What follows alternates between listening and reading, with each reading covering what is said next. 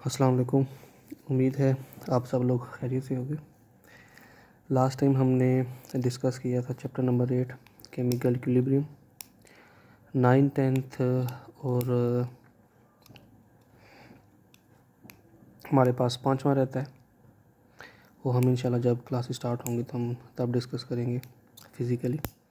तो आज हम डिस्कस करते हैं रिएक्शन काइनेटिक्स। चैप्टर नंबर 11 क्या होता है वो डिस्कस करते हैं। It is a common observation that rate of chemical reaction differs greatly. Simple कहते हैं कि ये हम लोग ऑब्ज़र्व करते होते हैं कि कितने ऐसे केमिकल रिएक्शन हैं जिनका जो रेट है, जिनकी जो स्पीड है वो डिफरेंट होती है। जैसे लोहे को जंग लगना है, सालों लगते हैं या महीनों लगते हैं उसको। इसके अलावा हमारे पास जो गैस का जलना होता है, सेकंडों में गैस जलती है, तो केमिकल रिएक्शन है, लेकिन दोनों का जो रेट है, स्पीड है, काफ़ी डिफरेंट है। Many reaction in aqueous solution are so rapid that they seem to occur instantaneously. कुछ ऐसे रिएक्शन है जो पानी में, aqueous solution मतलब पानी के अंदर, इतने इंस्टेंटली होते हैं कि हमें फील भी नहीं होता। जैसे आपके पास सोडियम को अगर पानी में डाला जाए तो वहाँ पर आग लग जाती है। होता क्या है, सोडियम पानी के साथ मिलकर फटाफट वहाँ पे sodium hydroxide and hydrogen gas बनाते हैं और वहाँ से इतनी एनर्जी रिलीज़ होती है कि हाइड्रोजन गैस वहाँ पे जलना शुरू कर देती है। तो देखो ये कितना इंस्टेंट हमारे पास रिएक्शन होता है, ठीक है। For example, a white precipitate of silver chloride is form immediately on addition of silver nitrate solution to sodium chloride solution. कहते हैं कि सिल्वर नाइट्रेट सोल्यूशन को जब आप सोडियम क्लोराइड के सोल्यूशन में ऐड करते हो तो वहाँ पे फटाफट सिल्वर क्लोराइड के वहाँ पर वाइट प्रेसिपिटेट्स प्रिपेयर हो जाते हैं इंस्टेंटेनियसली। तो इसका काफ़ी रेट फास्ट होता है। लेकिन हमारे पास कुछ ऐसे रिएक्शन होते हैं प्रोसीड एट मॉडरेट रेट, जैसा कि हमारे पास हाइड्रोलिसिस ऑफ एन ईस्टर। कि जब आप ईस्टर को पानी में डालते हो या ईस्टर की हाइड्रोलिसिस करते हो तो वो ब्रेक हो जाता है अल्कोहल में एंड एसिड में, आई थिंक सो। तो वो काफ़ी स्लो प्रोसेस है। Still other reaction take a much longer time. For example the rusting of iron, जो मैंने बात की थी, जंग लगना लोहे को एक्सक्यूज़ मी। तो ये काफ़ी स्लो प्रोसेस है। The chemical weathering of stone work of building bye acidic acid and atmosphere and the fermentation of sugars, ये कुछ एग्जांपल्स हैं जो रिएक्शन हमारे पास काफ़ी स्लो होते हैं। शुगर की जो फर्मेंटेशन होती है वो भी स्लो होती है। जब बारिशों की वजह से एसिड जैसी जो हमारी बिल्डिंग ख़राब हो जाती हैं, देखो उनको भी सालों लग जाते हैं, तो वो भी केमिकल रिएक्शन है। तो सिंपल इंट्रोडक्शन में लिखा हुआ है रिएक्शन काइनेटिक के हमारे पास डिफरेंट रिएक्शन जो होते हैं उनका रेट, उनकी स्पीड भी काफ़ी डिफरेंट होती है। हम आज डिस्कस करेंगे कि रेट होता क्या है, ठीक है, और उसके रेट को कंट्रोल कैसे किया जा सकता है, रेट मालूम किया कैसे जा सकता है। हम इस चैप्टर में वही कुछ डिस्कस करेंगे, ठीक है। आगे, the study concern with the rate of chemical reaction and the factor that effect the rate of chemical reaction. हम इस चैप्टर में सिर्फ क्या पढ़ेंगे, केमिकल रिएक्शन का रेट क्या है और कौन कौन से फैक्टर उस रेट को इफेक्ट करते होते हैं। Factor that constitute the subject matter of reaction kinetic, ठीक है। The study also throw light on the mechanism of reaction. हम इसके साथ साथ रिएक्शन का मैकेनिज्म डिस्कस करेंगे कि रिएक्शन का मैकेनिज्म रिएक्शन हो कैसे रहा है।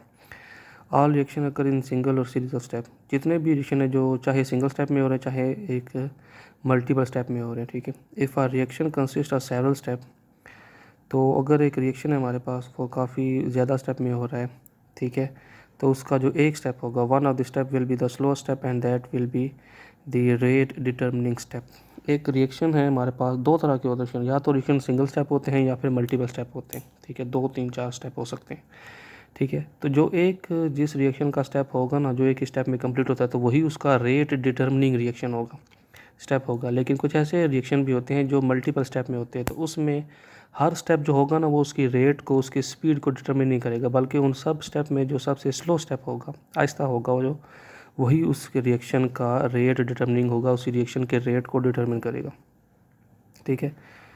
The slow step is called the rate determining step. उसी स्टेप को हमने बात की ना, रेट डिटर्मिनिंग स्टेप कहते होते हैं। शॉर्ट क्वेश्चन में आता होता है ये वाला कि what is rate determining step, the slow step in the multi step reaction, ठीक है। The other step will not affect the rate of reaction, ठीक है। Rate of reaction and the control are of an important industry. हमारे पास काफ़ी industry में इसकी importance होती है, ठीक है। देखो ना, अगर आपको पता चल जाए कि एक रिएक्शन है वो किस चीज़ पर डिपेंड करता है, उसको कौन कौन से फैक्टर जो है उस रिएक्शन के रेट को बढ़ा सकते हैं, तो हम इस तरीके से इंडस्ट्री में काफ़ी इकनॉमिकली काफ़ी प्रॉफिट ले सकते हैं। एक रिएक्शन है, लेट्स सपोज कोई भी हमारे पास रिएक्शन है, रस्टिंग है आयरन की, तो अगर आप लेट्स सपोज कोई भी हमारे पास है, गैस का जलना है, कोई भी केमिकल रिएक्शन किसी चीज़ की प्रोडक्शन है, तो डेफिनेटली वो केमिकल रिएक्शन के थ्रू प्रिपेयर होगी। अगर हमें उसके रेट डिटर्मिनिंग स्टेप का पता चल जाए, अगर हमें ये पता चल जाए कि उसका जो रिएक्शन है वो किस चीज़ पर डिपेंड करता है, तो हम उस चीज़ की डिपेंडेंस को लेकर उसके रिएक्शन को फास्ट कर लेंगे, और फास्ट करके हम अपनी यील्ड जो है वो जल्दी हासिल कर लेंगे और ज़्यादा हासिल कर लेंगे। ठीक है, the might be the decide factor that determine whether a certain chemical reaction may be use economically और नॉट। ठीक है, many factor influence the rate of chemical reaction. It is important to discover the condition under which the reaction will proceed more economically. ठीक है, जो मैंने भी आपको बात बताई वही लिखी हुई है यहाँ पर। ठीक है, अब बात करते हैं rate of reaction. Excuse me. तो रेट मतलब simple speed of reaction. During a chemical reaction reactant are converted into product. ये हम सब लोग जानते हैं कि जब एक रिएक्शन होता है तो रिएक्टेंट्स जो होते हैं वो प्रोडक्ट में कन्वर्ट होता है। So the concentration of the product increases with corresponding decrease in the concentration of the reactants as they are being consume. तो सिंपली जब रिएक्शन स्टार्ट होगा तो सारे के सारे वहाँ पे रिएक्टेंट होते हैं, प्रोडक्ट ज़ीरो होती है। एक कर्व यहाँ पे बनाई गई है जिसमें उन्होंने एक कंसंट्रेशन को रिप्रेजेंट किया हुआ है, ये टाइम को रिप्रेजेंट किया हुआ है, जो हम लोगों ने इक्विलिब्रियम में पढ़ा था। ये हमारे पास रिएक्टेंट्स की कर्व है जो ऊपर से नीचे आ रही है, और ये प्रोडक्ट की कर्व हमारे पास जो नीचे से ऊपर जा रही है। ठीक है, अब डेफिनेटली जब स्टार्ट होगा तो कंसंट्रेशन मैक्सिमम होगी रिएक्टेंट की, और प्रोडक्ट की होगी ज़ीरो कंसंट्रेशन। लेकिन जैसे जैसे टाइम गुजरता जाएगा तो देखो टाइम गुजरने के साथ साथ रिएक्टेंट की कर्व जो है वो नीचे गिर रही है, हमारे पास फॉल कर रही है। ठीक है, जितनी स्पीड से ये गिर, डेफिनेटली जितने रिएक्टेंट कम होंगे उतने ही वहाँ पर प्रोडक्ट प्रिपेयर हो जाएंगे। ठीक है, रिएक्टेंट जैसे नीचे गिरेंगे प्रोडक्ट वहाँ पे इंक्रीज होना शुरू हो जाएंगे। ठीक है, the situation is explain graphically in the figure जो मैंने बात की है। For example reactant A which is changing irreversible to the product B. ये जो हमारे पास है ये ए रिएक्टेंट है, शो किया उन्होंने, ये बी हमारे पास है। जैसे जैसे से ए कम होता जाएगा, ए की कंसंट्रेशन डिक्रीज होती जाएगी, बी की उसी लिहाज से बढ़ती जाएगी। ठीक है, जितनी ए की डिक्रीज होगी बी की उतनी बढ़ती जाएगी वहाँ पर। ठीक है, the slope of the graph for the reactant और the product is steepest at the beginning. जब रिएक्शन स्टार्ट होता है तो कहते हैं कि ये कर्व बड़ी स्टीप होती है, गहरी होती है ये वाली। ठीक है, जब रिएक्शन स्टार्ट होता है मतलब ये कि रिएक्टेंट जल्दी जल्दी कंज्यूम हो रहे हैं। ठीक है, और प्रोडक्ट जल्दी जल्दी बन रहे हैं। ऐसा क्यों होता है? रिएक्शन जब स्टार्ट होता है तो हम सब जानते हैं कि वहाँ पर रिएक्टेंट की कंसंट्रेशन ज़्यादा होती है। जब ज़्यादा होगी तो वो जल्दी कंबाइन करेंगे, ज़्यादा चांसेस होंगे प्रोडक्ट बनने के वहाँ पे।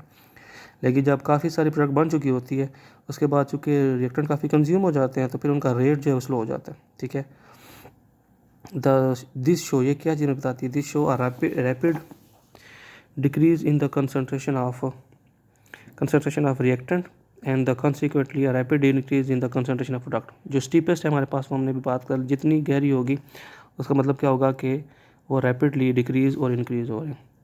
As the reaction proceed the slope become less steep indicating that reaction is slowing down with time. देखो जब रिएक्शन स्टार्ट हुआ था स्टार्ट में, ठीक है, रिएक्टेंट फटाफट नीचे गिरते जा रहे। देखो टाइम थोड़ा सा चेंज हुआ है, इतना चेंज हुआ है, लेकिन कंसंट्रेशन यहाँ से यहाँ तक आ गया। कितना हो गया हमारे पास? ठीक है, लेकिन इस टाइम के बाद टाइम इतना इंक्रीज़ हुआ है, लेकिन कितनी डिक्रीज हुई कंसंट्रेशन? यहाँ से यहाँ तक। ठीक है, तो स्टार्ट में कंसंट्रेशन जल्दी डिक्रीज़ होती है और आगे आगे हमारे पास कंसंट्रेशन डिक्रीज़ होना कम हो जाती है, क्योंकि स्लोप वहाँ पे जो स्लोप हमें मिल रही है वो लेस स्टीप मिल रही है। ठीक है, ऐसा क्यों होता है? जो मैंने भी आपको बात बताई थी कि स्टार्टिंग में रेट ऑफ रिएक्शन ज़्यादा होता है। क्यों? क्योंकि वहाँ पर रिएक्टेंट की कंसंट्रेशन ज़्यादा होती है। ठीक है, it means that rate of reaction is changing every moment. मतलब स्टार्ट में हमने बात की ना, हमने रेट ऑफ रिएक्शन पढ़ना है तो स्टार्ट में रेट काफ़ी फास्ट होगा और आगे रेट स्लो हो जाएगा। जिसका मतलब ये है कि एक रिएक्शन अगर होता है ना तो उसका मतलब ये नहीं है कि हर वक्त रेट सेम रहता है और रेट चेंज होता रहता है। The following curve of the reaction should touch the time axis in the long run. This is the stage of complete reaction. ये जो कर्व हमें नीचे आ रही है रिएक्शन की, ये कर्व जब इस लाइन को टच कर जाएगी, इस लाइन पे जब टच करेगी तो कंसंट्रेशन जीरो हो जाएगी, तो मतलब रिएक्टेंट सारे कंज्यूम हो गए, तो वहाँ पर सारी प्रोडक्ट बन गई है। ठीक है, इस कर्व से आपने एक बात सीखनी है बेटा। देखो ये कर्व है हमारे पास, स्टार्टिंग में फटाफट नीचे गिर रही है, ठीक है, लेकिन आगे जाकर ये बिल्कुल आराम से नीचे गिर रही है। कंसंट्रेशन चेंज होना बिल्कुल बंद हो गया। मतलब स्टार्टिंग में जो कंसंट्रेशन थी जल्दी कंज्यूम हो रही थी, मतलब रेट फास्ट था स्टार्टिंग में, जल्दी गिर रहा था, लेकिन आगे जाके रेट स्लो था गया। तो एक बात आपने पहले बांध लेने की, जितने भी केमिकल रिएक्शन होते हैं ना उनमें through out the reaction rate same नहीं होता, स्पीड सेम नहीं होता। कई रिएक्शन में स्टार्ट में स्पीड ज़्यादा होती है, कई रिएक्शन में स्टार्ट में स्पीड कम होती है, आगे जाके फास्ट हो जाती है। ठीक है, तो यहाँ पर तो एक जनरल रिएक्शन दिया हुआ है ना, जनरल से रिएक्शन के स्टार्ट में स्पीड ज़्यादा होती है, आगे स्पीड कम हो जाती है। बाज़ रिएक्शन में इसके इनवर्स भी होता है, ठीक है। ये सिर्फ इसलिए समझाने को बताया गया है कि आप लोग समझ जाओ कि रिएक्शन की जो स्पीड है वो कैसे चेंज होती रहती है। अच्छा, आगे the rate of reaction is defined, होता क्या है, change in concentration of a reactant और a product divided by the time taken for the change.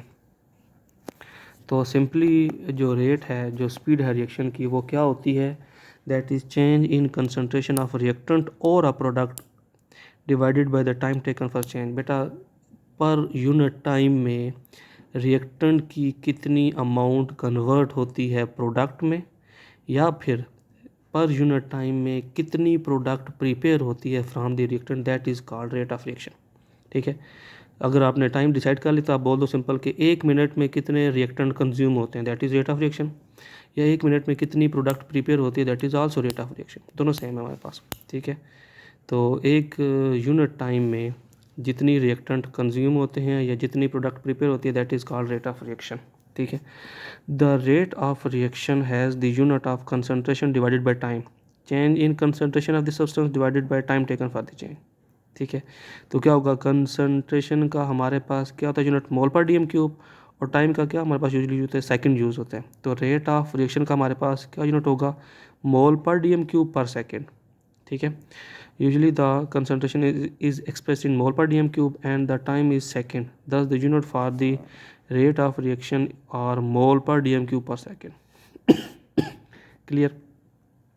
Rate of reaction, change in concentration of the substance, substance मतलब यहाँ पे reactant भी हो सकती है, प्रोडक्ट भी हो सकती है। अगर प्रोडक्ट होगी तो ये प्लस होगी कि वो बन रही है, अगर रिएक्टेंट होगी तो माइनस होगी, ठीक है। अगर रेट ऑफ रिएक्शन माइनस में आता है तो समझो कि हमने ये रिएक्टेंट के लिहाज से निकाला है, अगर रेट ऑफ रिएक्शन प्लस में आता है तो समझो हमने ये प्रोडक्ट के लिहाज से निकाला है। ये मैं आपको जनरल बात बता रहा हूँ, ठीक है।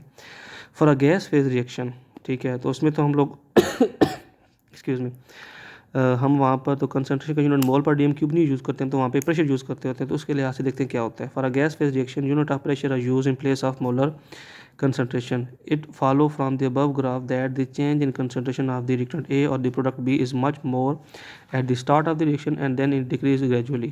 So the reaction rate decreases with time. ठीक है, it never remains uniform during different time of period. It decreases continuously till the reaction ceases. ठीक है, उन्होंने कहा है कि जब रिएक्शन स्टार्ट होता है तो रिएक्शन काफ़ी फास्ट होता है, लेकिन जैसे जैसे रिएक्शन स्लो आगे बढ़ता जाता है तो वो स्लो होता जाता है। तो स्लो होता होता एक टाइम आता है जब वो रुक जाता होता है, या तो उस वक्त रिएक्टेंट कम्प्लीटली कंज्यूम हो जाते हैं या फिर वहाँ पर इक्विलिब्रियम स्टैब्लिश हो जाता है, ठीक है। तो रेट ऑफ रिएक्शन के यूनिट निकाले हुए, कंसंट्रेशन का मोल पर डीएम क्यूब और टाइम का सेकंड मोल पर डीएम क्यूब पर सेकंड, ठीक है। अच्छा, अब बात करते हैं रिएक्शन की टाइप, रेट ऑफ रिएक्शन की टाइप की। तो एक्सक्यूज़ मी, रिएक्शन हमारे पास दो, एक होता है इंस्टेंटेनियस, एक होता है हमारे पास एवरेज रेट। हमने पढ़ा रेट ऑफ रिएक्शन, अभी तक हमने सिर्फ ये पढ़ा कि रिएक्शन की कितनी टाइप होती है, रिएक्शन कितनी तरह के होते हैं, स्पीड उनकी डिफरेंट होती है। फिर हमने बात की क्या होता है रेट ऑफ रिएक्शन। अब हम पढ़ते हैं टाइप ऑफ रिएक्शन। एक होता है हमारे पास इंस्टेंटेनियस रिएक्शन, एक हमारे पास होते हैं एवरेज रिएक्शन। हम यहाँ पर ना एक रिएक्शन के अंदर से दो तरह के रेट निकालते होते हैं, दो तरह की स्पीड निकालते होते हैं। एक होती है इंस्टेंटेनियस रेट, एक होता है एवरेज रेट, वो डिस्कस करते हैं।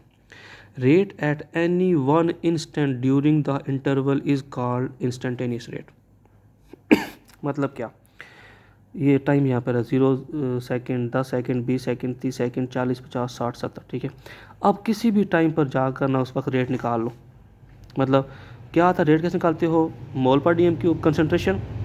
स्टार्ट में पता है कि रिएक्टेंट की कंसनट्रेशन इतनी थी, ठीक है। आप 10 सेकंड बाद देखो कितनी कंसनट्रेशन है, कितनी है कंसनट्रेशन, लेट्स सपोज वो 10 से 6 हो गई है, ठीक है। 4 कंज्यूम होगी, 4 चेंज आया है, तो 4 डिवाइडेड बाय 10 सेकंड पर की है, 4 डिवाइडेड बाय 10 का आपके पास रेट ऑफ रिएक्शन आ जाएगा, ठीक है।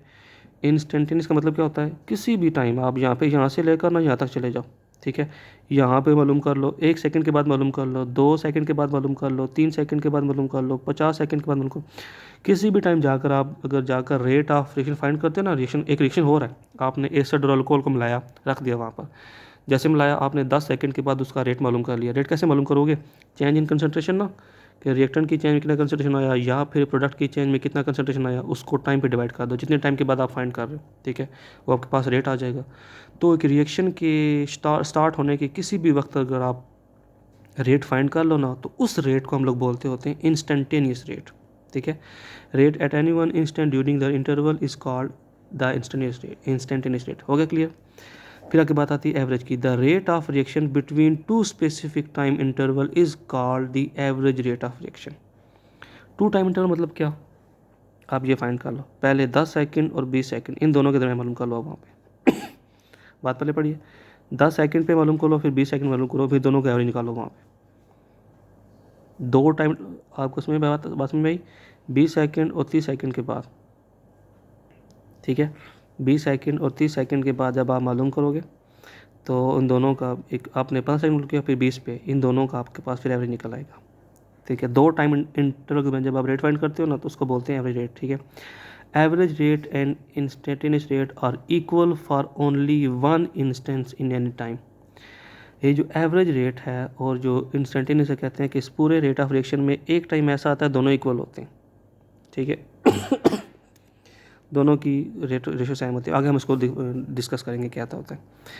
लेकिन जब स्टार्ट देखा जाए, at first the instantaneous rate is higher and the average rate, मतलब जब आप स्टार्ट में फाइंड करते हो, एक सेकंड के बाद फाइंड करते हो, एक सेकंड पे इसका रेट देखो यहाँ पे कितना होगा, काफ़ी हाई होगा, ज़्यादा चेंज। जब यहाँ पे देखो, यहाँ पे इसका रेट काफ़ी ज़्यादा है, लेकिन आप यहाँ से लेकर यहाँ तक इंटरवल निकालते हो तो उसकी वैल्यू तुम्हारे पास आएगी। ठीक है। तो स्टार्ट में इंस्टेंटेनियस रेट ज़्यादा होता है लेकिन एवरेज रेट कम होता है वहाँ पे स्टार्ट में। ठीक है। लेकिन जब आप आगे बढ़ते जाओगे, at the end of the interval of the instantaneous rate become lower and the average rate. लेकिन इंटरवल के बाद जब आप देखते हो ना हाफ के बाद जब आप देखते हो तो वहाँ पर फिर एवरेज रेट बढ़ जाता है as compare to instantaneous rate. ठीक है। As the time interval become smaller, जैसे जैसे टाइम का इंटरवल स्मॉलर जाता है, the average rate become closer to the instantaneous rate. मतलब क्या बेटा, आपने दो टाइम ले लिया, 5 सेकंड और 10 सेकंड, ये आपने दो टाइम इंटरवल ले लिए। ठीक है। तो स्टार्ट में अगर आप 5 सेकंड का इंटरवल लेते हो 0 से 5, ठीक है, तो उस वक्त आप 0 से 5 के दरमियान कहीं भी मालूम करोगे तो वो हमारे पास होगा इंस्टेंटेनियस। ठीक है। स्टार्ट में इंस्टेंटेनियस ज़्यादा होगा लेकिन 0 और 5 दोनों का जो एवरेज होगा ना, दोनों टाइम का एवरेज, वो कम होगा। आप फिर यहाँ पर सेंटर में आ जाओ। ठीक है। यहाँ पर भी आप लोग 5 से 10 की बात कर लो, 5 से 10, यहाँ से 5 से 10 की बात कर लो, 5 पे मालूम किया, 10 पे मालूम किया, इन दोनों का जो एवरेज निकलेगा वो भी कम होगा, लेकिन 5 से 10 के दरमियान कहीं भी मालूम कर लो वो आपके पास इंस्टेंटेनियस ज़्यादा होगा। लेकिन जब आप लास्ट पे चले जाते हो, यहाँ पे 20 से 25, यहाँ पे 20 और 25 का एवरेज निकालोगे, आपके पास वो ज़्यादा होगा, लेकिन अगर 20 और 25 का दरमियान अगर आप इंस्टेंटेनियस फाइंड करोगे तो वो कम होगा। ठीक है। तो कहते हैं जब आप लोग ना दो टाइम इंटरवल स्मॉल करते जाते हो, मतलब क्या, आप 10 से 20 ना फाइंड करो, आप 20 से 22 करो। ठीक है। 20 से 22 करो, ठीक है, तो वो होगा दो टाइम इंटरवल हो जाएंगे, उस पर आपने निकाला एवरेज रेट। उसके बाद आप चाहे 20 पे फाइंड करो, चाहे 21 पे फाइंड करो, चाहे 22 पे फाइंड करो, वो आपके पास इंस्टेंटेनियस के सेम होगा, बराबर होगा बिल्कुल। ठीक है। इन बात की है, the average rate will be equal to the instantaneous rate when the time interval approaches to 0। ठीक है। जब आप दो टाइम इंटरवल को 0 कर दो, जैसे मैंने बात की थी 21-22 कर दो वहाँ पे thus the rate of reaction is instantaneous change in concentration of reactant or product in a given amount of time. तो उन्होंने यहाँ बात की है कि रेट ऑफ रिएक्शन है क्या। तो इस सब डिस्कशन के बाद हमें क्या पता चलता है कि rate of reaction is equal to the change in concentration divided by change in time. D यहाँ पे चेंज को रिप्रेजेंट कर रहे हैं। ठीक है। Where D X is this very small change in the concentration of a product.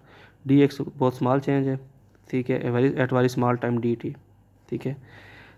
dt, hence dx or dt is also called rate of change of concentration with respect to the time। तो dx over dt को उन्होंने एक और नाम दे दिया, that is rate of change of concentration with respect to time। आगे the rate of general reaction A B की अगर बात की जाए, can be express in the term, जो आपने जो भी किया था ए बी ये वाला एक रिएक्शन हमारे पास, तो अगर आपने इसकी बनानी है इक्वेशन तो आप क्या बनाओगे, can be express of the rate in term of disappearance of reactant है, जो मैंने भी बात की थी। Rate of change is equal to the minus D A, क्योंकि ए में कितना चेंज आएगा, वो माइनस होगा ना, ए कम हो रहा है वहाँ पे, divided by d t. X यहाँ पे स्मॉल चेंज के लिए था। Rate of appearance of product B, mathematically क्या होगा, rate of reaction is equal to minus D A by d t और is equal to plus d B by d t. B product है, A reactant है, reaction चूँकि consume हो रहे हैं वो माइनस में हो रहे हैं, इसलिए हम उसके माइनस लगा देते हैं। ठीक है। Where D A and D B are the change of concentration of A and B. respectively. The negative sign in the term indicate that decrease in the concentration of the reactant है, जो मैंने अभी आपको बताई है. Since the concentration of product is increased with the time, the sign rate उसके लिए हमने के साथ में प्लस ऐड कर दी. Involving the change question of the product, जो मैंने अभी बात की आप लोगों को. ठीक है, आगे स्पेसिफिक रेट कांस्टेंट और वेलोसिटी कांस्टेंट. अब ये क्या बात होती है वो डिस्कस करते हैं. जैसे आप लोगों ने इक्विलिब्रियम कांस्टेंट पढ़ा था, सॉल्युबिलिटी प्रोडक्ट कांस्टेंट पढ़ा था आप लोगों ने, एसिड कांस्टेंट, बेस कांस्टेंट वगैरह में पढ़े थे. अभी यहाँ पर रेट कांस्टेंट की बात करते हैं. स्पेसिफिक रेट कांस्टेंट और velocity constant. The relationship between the rate of chemical reaction and the active mass is expressed as a concentration of the reacting substance summarized in the law of mass action. इन्होंने यहाँ पे law of mass action ही बताया. Law of mass action की उन्होंने यहाँ पर ए और B को एक्सप्रेस किया है. ठीक है, rate of chemical reaction and the active mass express in the concentration of the reacting substance is summarise in the law of mass action. जब हमने लॉ ऑफ मास एक्शन पढ़ा था हम उसको यहाँ पर उसी को यूज़ करेंगे. It's say that rate of reaction is proportional to, rate of reaction किसके प्रोपोर्शनल है, active masses of the reactant और the product of active masses of the reactant.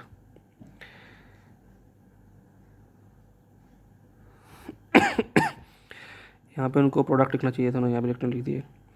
It's said that rate of reaction is proportional to the active masses of the reactant और the product of active masses of the reactants if more than one reactant are involve in a chemical reaction. अगर आपको याद हो तो हमने law of mass action में एक बात की थी कि जो रेट होता है, अगर आपको याद हो तो rate of forward reaction is equal to the active masses product of active masses of the reactant. अगर आपको याद हो तो rate of forward rate of reverse नहीं पड़ा, ये वही है हमारे पास. लॉ ऑफ मास यहाँ पे बताया जा रहा है, हमने लास्ट चैप्टर में सीखा था.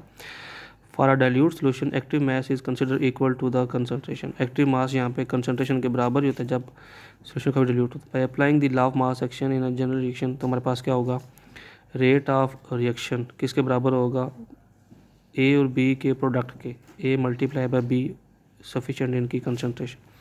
जो इनकी कंसंट्रेशन होगी, जिनके मोल्स होंगे वो एक्सपोनेंट्स की फॉर्म में ऊपर आ जाएंगे. के इंटू ए इंटू बी. के यहाँ पे कैसे आया, यहाँ पर बात की थी rate of reaction is directly proportional to product of A and B. ठीक है, तो इनके मोल्स होंगे वो एक्सपोनेंट की फॉर्म में ऊपर जाएंगे. अब जब आप प्रोपोर्शनलिटी का साइन खत्म करोगे तो वहाँ पे आपके पास इक्वल आ जाएगा, साथ में के आ जाएगा. ये के हमारे पास क्या है, रेट कांस्टेंट है या इसको वेलोसिटी कांस्टेंट कहते होते हैं. The expression is called rate equation, इसको रेट इक्वेशन कहते होते हैं. ये भी शॉर्ट में आती होती है कि व्हाट इज, आपको दे दी जाएगा रिएक्शन दे दिया जाएगा, आपने फिर रेट ऑफ रिएक्शन बतानी है. अच्छा, अब बेटा आपने मुझे ये निकाल के देनी है किस रिएक्शन के लिए,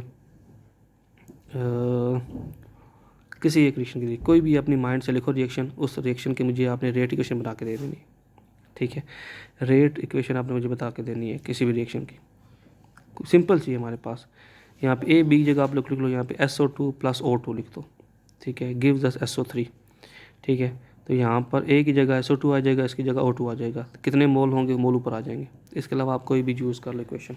ठीक है, the bracket represent the concentration and the proportionality constant. के इज कॉल्ड रेट कांस्टेंट और velocity constant for the reaction.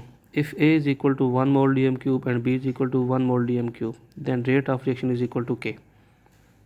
1 की पावर एनीथिंग 1 नहीं होगा, 1 की पावर एनीथिंग 1 नहीं होगा. ठीक है, तो K इंटू 1 K होगा. ठीक है, रेट ऑफ रिएक्शन डिपेंड करता है किसके ऊपर, रेट कांस्टेंट के ऊपर. ठीक है, कब, जब कंसंट्रेशन 1 के बराबर हो. Hence the specific rate constant, इसको बोलते हैं hence the specific rate constant of a chemical reaction is the rate of reaction when the concentration of the reactant are unity. फिर इसको बोलते हैं specific rate constant. Specific rate constant को specific rate constant कब बोलते हैं, जब हमारे पास जितने भी रिएक्टेंट्स हैं उनकी कंसंट्रेशन यूनिटी हो, 1 हो. ठीक हो गया,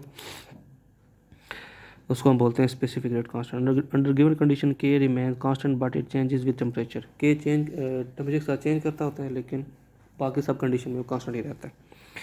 क्लियर, सिंपल सा था हमारे पास ये वाला rate constant. Order of reaction, what is order of reaction, काफ़ी इंपॉर्टेंट टॉपिक है ये वाला. For a general reaction between A and B where A mole of A and B mole of B react to form C mole of C and D mole of D. A mole of A plus B mole of B when they combine they form C mole of C plus D mole of D. ठीक है, तो हम उस equation को कैसे लिख सकते हैं, उम्मीद आप लोगों को समझ में यही होगी. R rate of reaction is equal to K, वो हमारे पास रेट कांस्टेंट था प्रोपोर्शनल जगह, इज इनटू A की raise to power A B raise to power B.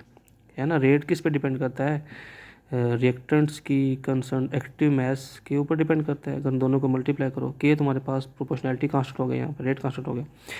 Exponent A और B gives the order of reaction. बेटा ये जो एक्सपोनेंट्स होते हैं हमारे पास जो ऊपर लगे होते हैं, इनसे हम पता लगाते हैं कि रिएक्शन का ऑर्डर क्या है। अब हम रेट नहीं डिस्कस कर रहे, रेट स्पीड थी ना, अब हम ऑर्डर ऑफ रिएक्शन डिस्कस कर रहे हैं। ठीक है, order of reaction simply order हमें ये बताता होता है कि जो रेट है, जो स्पीड है, वो कितने मालिक्यूल पे डिपेंड कर रहा है। ऑर्डर सिंपल अगर मैं डिफाइन करूँ, बताया ऑर्डर बोलते होते हैं कि रेट डिटर्मिनिंग स्टेप में कितने मालिक्यूल इन्वॉल्व हैं, उसको बोलते हैं ऑर्डर ऑफ रिएक्शन।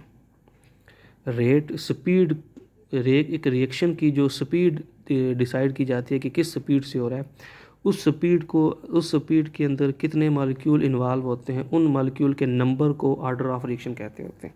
ठीक है, अब ए क्या है, ए नंबर है ना ए का, बी नंबर है बी का, दोनों रिएक्शन का, इन दोनों को अगर सम करो ना, ठीक है, सम करने से जो नंबर आएगा that is order of reaction. यही हमें बताते हैं कि ऑर्डर क्या है।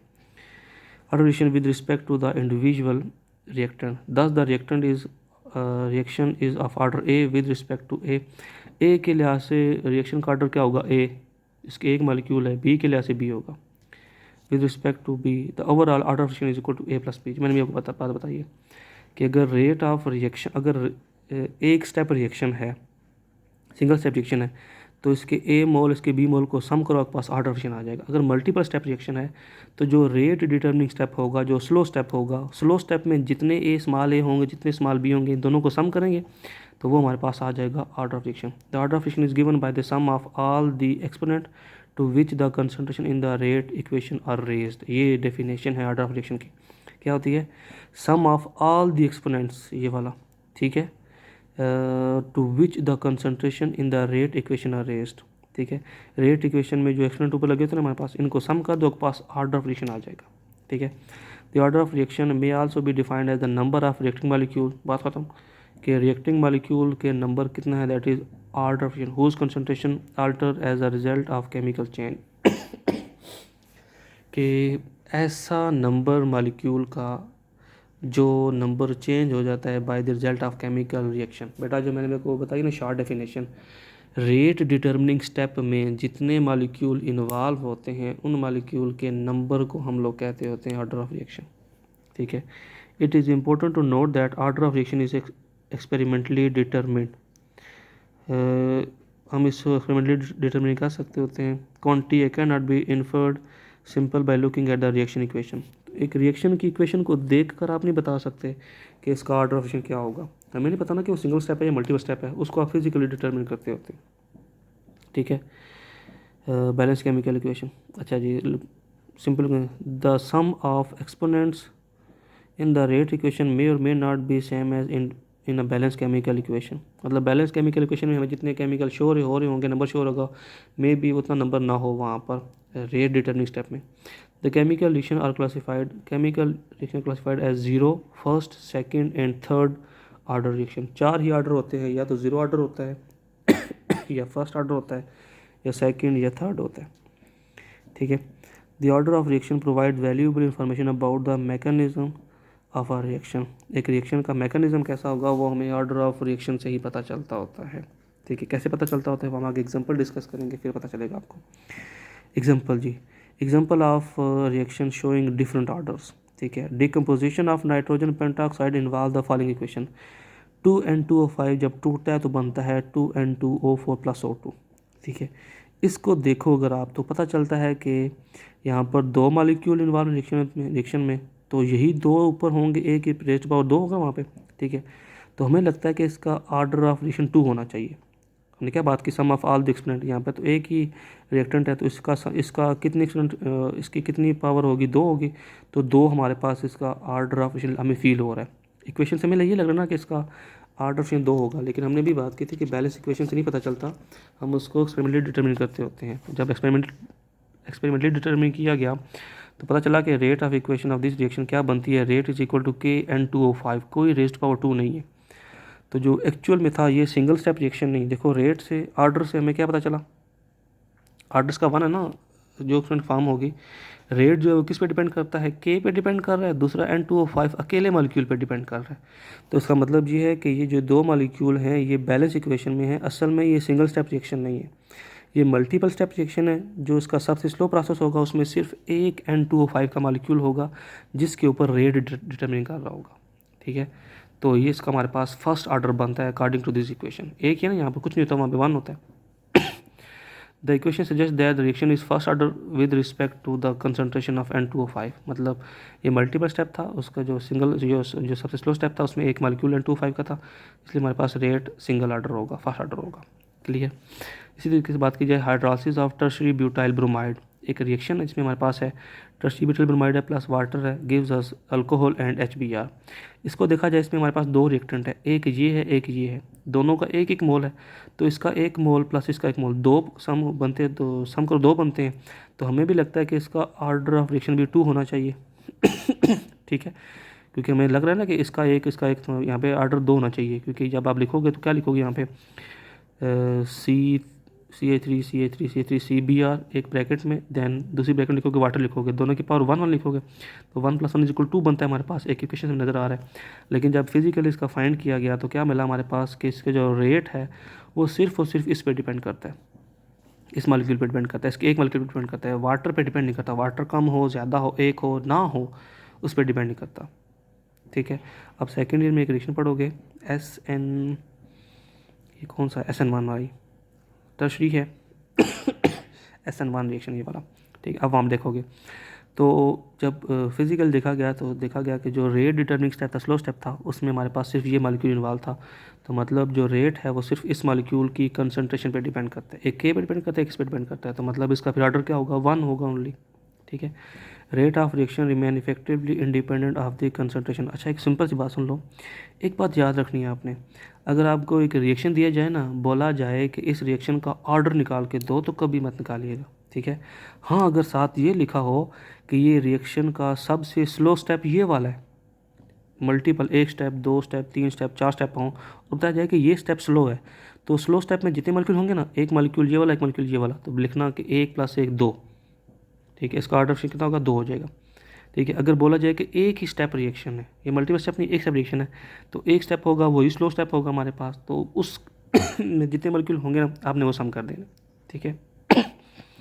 तो इसका मतलब क्या है कि रेट ऑफ शुगर इस पर डिपेंड करता है, वाटर पे डिपेंड नहीं कर रहा, तो हम फिर बोलेंगे कि यहाँ पे water as a solvent role play कर रहा है।